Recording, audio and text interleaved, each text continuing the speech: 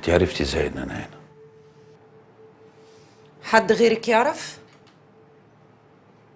هو ده اللي يهمك؟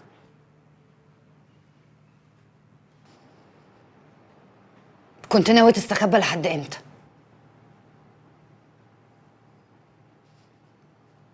انا سبت كل حاجه عشانك وجيت.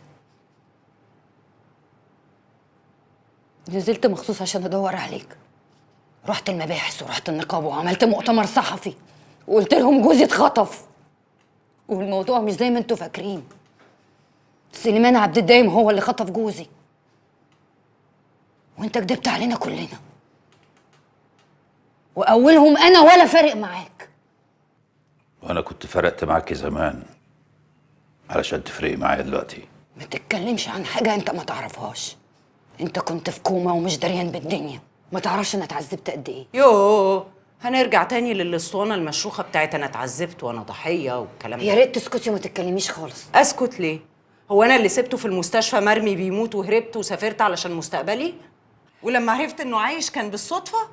قمتي لما حاجتك وجايه جاري عشان تبيني للدنيا كلها قد ايه انتي الزوجه الكويسه المخلصه. في ايه؟ انا عايزه اعرف انتي هنا اصلا ليه؟ سلافة، خلاص يا سلافة. لا مش خلاص يا شريف. انا بقى فاهمه كويس قوي هي عايزه ايه.